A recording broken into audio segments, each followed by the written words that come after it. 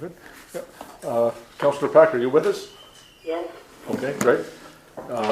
It's now 7 o'clock. I'll call the Hannibal Rural Community Special Meeting for April 27, 2023 to order, please. Can I get an approval of the agenda? Motion to approve the agenda. Seconder? Second. Any questions? All those in favor signify by saying aye. Aye. Aye. Okay, before we go into closed session, I've been informed that we have a couple of statements are going to be read into the minutes. One from Councillor McKenzie and one from Councillor Septon. So I'll ask Councillor McKenzie to go first, please. Okay. Okay, so this is a response to kind of a few things, I guess, but mostly a response to Councillor Septon's response from last week, as well as final reports from the independent third-party reviewer. I hope that the public that are still questioning council and staff will take the time to objectively read the two reports from the third-party reviewer. Ultimately, this person came to the same conclusions as council did back in December. A massive amount of time, money, probably close to $100,000 at this point, taking into account not just the reviewer, but like legal staff overtime for expert requests and all these other things. And personnel resources, and I'll get more to that later, have been wasted on this. Council has been silent this whole time because we didn't want to say anything publicly about this until getting back the final report from the independent third-party reviewer.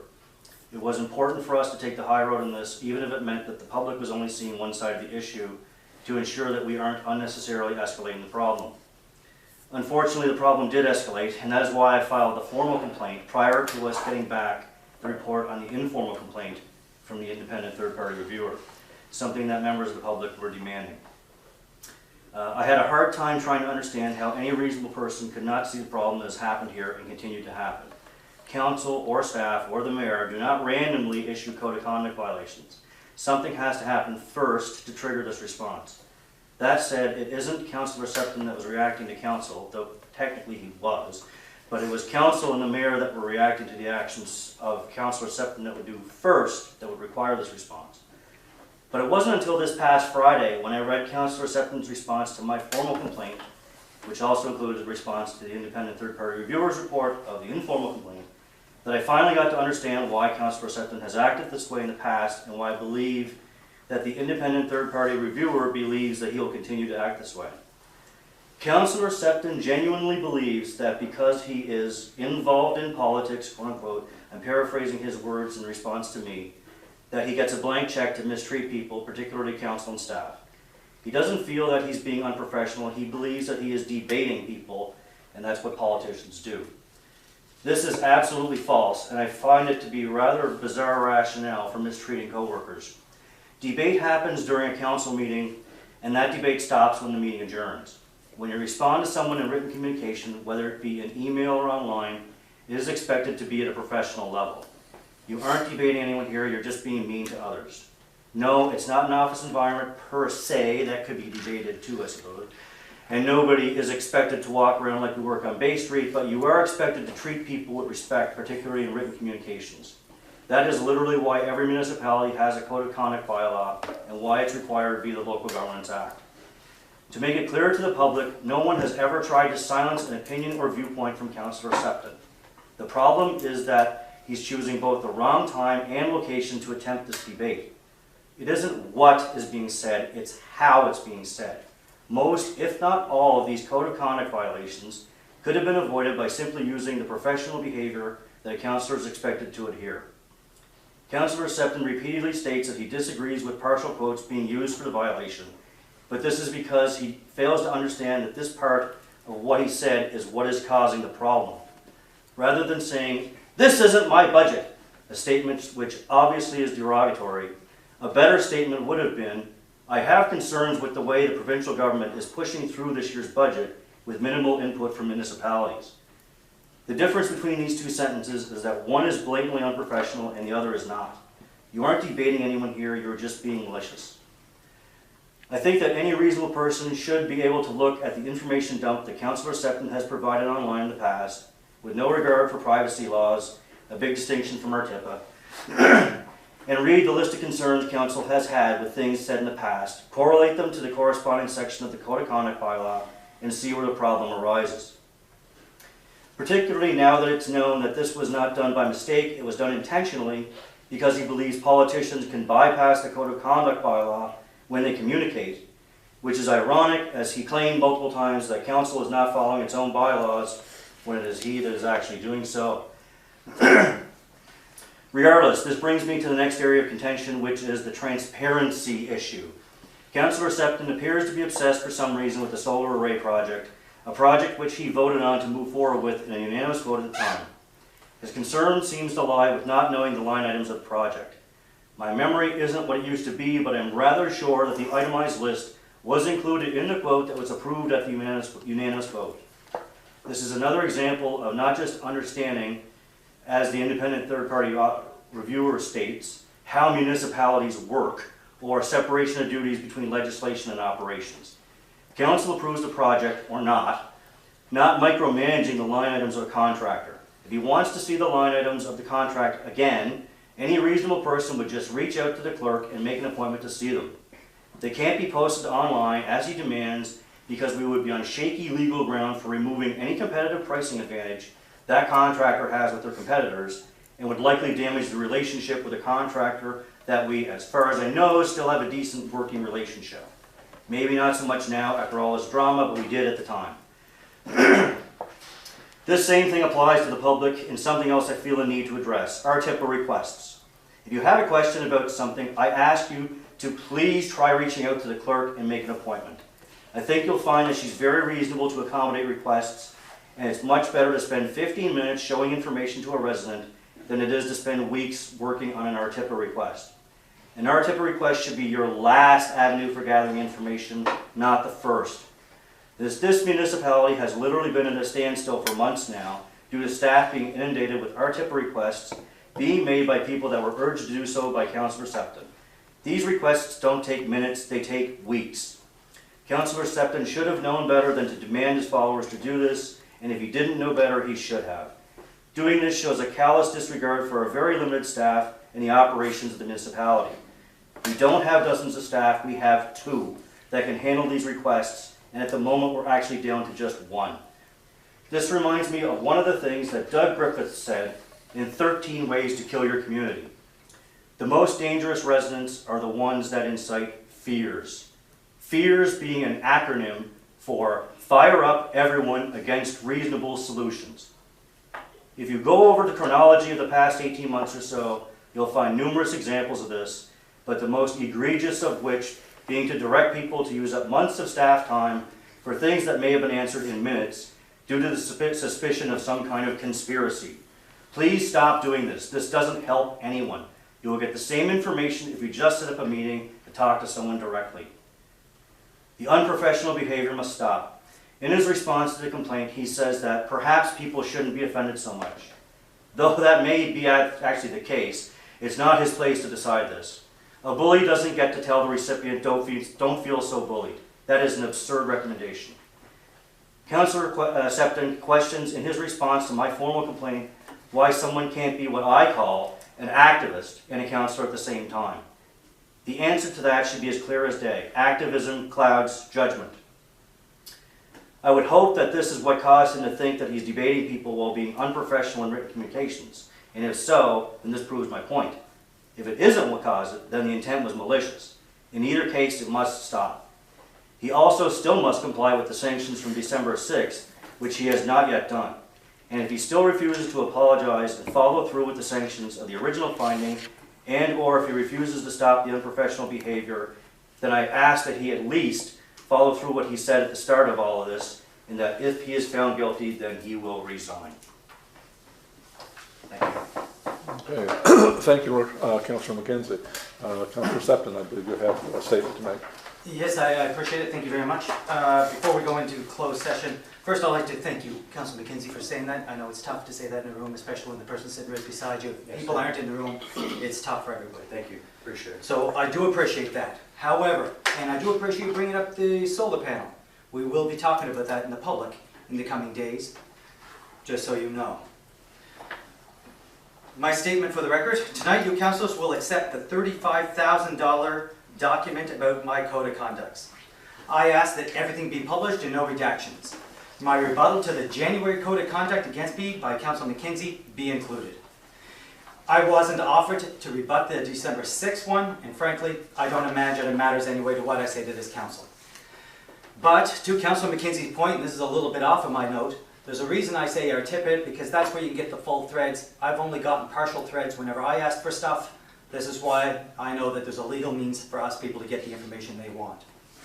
But I want to remind us all of why we're here and why we spent $35,000 and why we're here. On November 4th, 2022, there was a motion to stop recording council sessions that was supported by Councillors McKenzie and Deputy Mayor Jonah, that was to, with immediate effect, stop recording council sessions for public consumption. There would have been no way for the public to have known this motion was coming with at least 2 councils supporting it if it had passed. I let the public know that if they have wanted to record it, as I do, please speak up. This is provable via emails. The mayor then ordered me to take it down when of what I posted. He said it was, quote unquote, very misleading. It isn't. I would argue, thanks to the public response, this motion didn't come to fruition. It certainly wasn't my arguments that changed the day. I was threatened with yet another code of conduct at that time. The actual charge against me, if everybody can remember, was it was in closed session. Tell me, councillors, what part of that motion that was to come with immediate effect about the negotiations was a HR or a negotiations issue that must be kept secret from the public? Tell me when it was in closed session. However, 3 of you fellows voted to charge me regardless, seeing the very true words for yourself, and 2 of you put that recommendation forward yourself. Repeated over and over again, a certain member of the public said this and that, and then when I call that member of the public out on what you, the leadership, and the CEO have stated over and repeatedly, you then reverse course and state you never said it. Moreover, you state I'm a liar, literally defaming me if I can prove it's so. Moreover, members of council know what was said repeatedly, yet 3 still voted for the code of conduct against me. In the coming days, we will actually listen to the receipts. I was charged with the code of conduct, and this council went back in time to June in an investigation that didn't even bother including talking to me, charging me with things I myself brought to the Ombud in September 2022, and she had concerns then. And you know this because I shared it. When I asked you councillors for time to do my ATIPA for my defense, you councillors didn't even have time for that. You had a deadline to find me guilty by. I might add, as was predicted when I filed my ATIPA and working with the ATIPA unit, prior, during, and after, I asked them actually to submit it personally for me, as I felt it would accidentally be missed or ignored if I did it myself. The ATIPA lady I was talking to laughed and declared no one would do that. I wanted to ensure I did it by the book. There's always an excuse for everything, but never a mea culpa in this elected body. My court date with this community for the right to information, I may add, now is on July 2023, so I can get the paperwork I needed to defend myself. You fellas convicted me on December 6th. I remind people in this room to ask yourself, where is all this drama coming from regarding me? I've been forced not to talk to you. I've been pushed to the edges of the community. I refuse to go to events, so I don't talk about you or your actions against me. Not because I don't want to, but because I want to establish clear paths of communication within our council for self-protection. When you're hearing all these things about me and my actions, from whom? Yeah, I'm going to defend myself, but ask why I should be forced to. Imagine the conversations that are about you when you're not in the room. Some people in this room feel it's important to protect the people in this room above all. We don't represent the people in this room. I would argue it's my job to represent the people that are outside this room, and I'm doing so here today. The people in this room and are at the table can defend themselves. Our job is nose in, fingers out, and I've never once gotten into operations, even when I may have had issues with it. I ask, do we have an agenda, and people in this room take that as an assault on one's character or performance. I challenge why we have a super secret meeting, even to me, that 1 year ago was open and transparent, and I get a code of conduct. We must grow up. In the $35,000 report from an affiliate of McGuinness Cooper, the author states it would be, I quote, an absurd result, unquote. The rest of it actually is part of it as well, to have to follow the process within our code of conduct by having to follow the formal process in the case of councils become aware of serious misconduct. In the coming weeks, we're going to talk about the serious misconducts that the author stipulates I did, that requires a complete circumvention of our bylaws. The author of this report and I obviously debated a few items, and I could go on many issues perceived while being interviewed. I have serious issues with this report, but I don't expect to be heard fairly in this room about it, so I will spare you and only talk to the public about it. But my main question is, why did it take just before I went on a vacation in February to action a motion we put forward in December? Why did another code of conduct come at me just before the December motion was actioned? Moreover, why not let the original motion play out? In the coming weeks, I'll discuss with the public my theory. In the coming days, I'll be talking to the public personally, via media, social media, and in person. We're going to review for public consumption what 3 members of council, staff, and the author of this report consider serious misconduct. We're going to have a full and open conversation.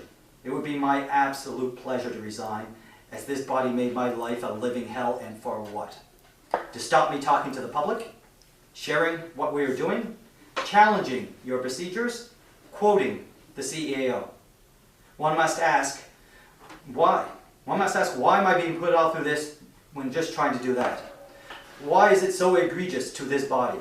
So egregious it must circumvent our own policies and procedures. It is that serious.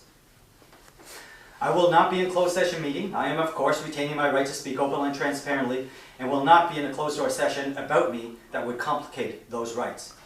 There's fundamental misunderstanding by those 3 councils, leadership, and the CEO, and the author of this $35,000 report of my role in council. Our bylaws were not designed to police dissent, though that is how it's being used. That one can lose 6 months' pay because they publicly disagree or talked to the public. You have weaponized the code of conduct to command fealty to staff or leadership, and I see it already taking hold, scaring newer councillors on what they can talk about. For the record, they can talk about anything they want, as can I. I want to note, it wasn't me who brought us here. I didn't come after you, you came after me. I offered an off-ramp after off-ramp. I explained the stick doesn't work on me, but you still only bring the stick. I did not want this, I do not want this, and I completely detest being in this position. I plan on exercising my rights of defending myself, and while I know you may consider it inconvenient, you can and must defend yourself, your actions as well. I'm now medicated and frankly suffered the hardest 4 months I have ever endured. But you've also put me through this in 2022 early as well. The author of this report states I haven't learned my lesson while waiting for this report. But it is you who keeps practicing and repeating the same actions. It is you who's a one-trick pony. Threaten, sanction, disparage, obfuscate, separate, silo, and retaliate. But never communicate. Unlike the other code of conducts against people in this room via the public, I have yet to have one of you here, except for Councillors Dr. Peck and Heislip, even talk to me personally about the issues. Not even the so-called original investigator talked to me at all. I know a put-up job when I see one, and I'll be making my case to the public. However, if what I'm doing is so serious, and the author and the 3 members of council stated requiring circumvention of a policies bylaw, remember, I stopped communicating with this council outside of emails in November 2021, where I could, and there was a reason. So for those in the room who think I have gone off the edge, great news. And as Councillor, my esteemed colleague beside me, mentioned earlier, everything is in email and should be easy to prove. The public, you have a right to get the information yourselves on my action, and I do call you to take a look at it because you have a right to know how I treat it. You're going to read the accusations by Councillor McKenzie and by the report that I have attacked councillors in this room, and they've stipulated I've only done it online and in email. Again, should be exceptionally easy for these people to prove. I only ask again that you request full email threads. Council, you of course had this option the entire time. Your actions should be easily defended, and I hope you're as bold at explaining yourself to the public as you were with ruining my reputation and health. I recognize some of you are stressed now too. I understand and I empathize. But again, it wasn't I who brought this. I and the public begged for reasoned and cooler heads, so when placing blame, look internally at each other and at the steps taken to get us here today. You should have concerns with this report on its own merits. The assumptions and dialogue seemed untethered to law or political discord. It is, however, perfectly written to what someone in this room may want. Paper doesn't refuse ink. When I'm done speaking to the public about every item in this code of conduct against me, I will circle back to this report and the author's assumptions. To the new councillors, I'm sorry you're in this situation, but in this situation by previous council you are. I don't know what the plans are here tonight, but to both of you, I am genuinely sorry. If I was to offer any advice, keep your powder dry if you're unsure, on either side. Regardless of how you vote on any topic tonight, know I will harbor no ill will. Life is tough enough. I respectfully submit and yield back. Okay, any other statements? Good? All right, I need a motion to move into closed. Before we do that, I have to recuse myself from this meeting. Sure. It is about me, so I think I have to say Okay. recuse myself also. I'll be looking. Thank you. That's your choice. It is most certainly, but I have to recuse myself because it is about me. Okay. So, we're going to, need a motion to move into closed session, please. I'll move we move into closed session. Okay, second it? All right, all those in favor of moving into closed session, please signify by saying aye. Aye. Contrary minded? Motion carried. We're now in closed session. Okay, I need a motion to come into closed session. I'd like the motion to commit a closed session and go back into open session. I'll second that. All those in favor signify by saying aye. Aye. We are now in open session. Okay, I'd like to make a motion to accept both reports from the independent third-party adjudicator. Report number 1 being process and bylaw review of the Hamel rural community. And number 2 being in the matter of a formal complaint filed pursuant to the Hamel rural community conflict and complaint resolution procedure policy number 2022-08. Any questions? I'll second that. It's been second, motion's on the floor. Do we have any discussion, any questions? No, I don't think so. No. All those in favor signify by saying aye. Aye. All those contrary minded? Motion carried. Thank you, council. Now we have a second motion. All right. Whereas third-party investigators' findings were in line with the previous findings of council, whereas Councillor Septon has still not complied with the original sanctions from December of 2022, and whereas he continues with unprofessional behavior willingly, I hereby motion for the following additional sanctions to be applied to Councillor Septon. Number 1, a requirement for 6 months of coaching by a professional leadership coach to address his communication style and provide training and education on respectful workplace behaviors. Number 2, that his remuneration be suspended indefinitely after the initial 6-month period is completed until he complies with all sanctions from both December 26th of 2022 and April 27th of 2023 motions of council. And number 3, the continued removal from all the committees that are not committees of the whole. I'll second it. Any questions? All those in favor signify by saying aye. Aye. All those contrary minded? Nay. Okay, we have four and 2 against, therefore this motion is carried. Can we get a motion to adjourn, please? I move to adjourn. Second. All those in favor signify by saying aye. Aye. Motion carried. Thank you.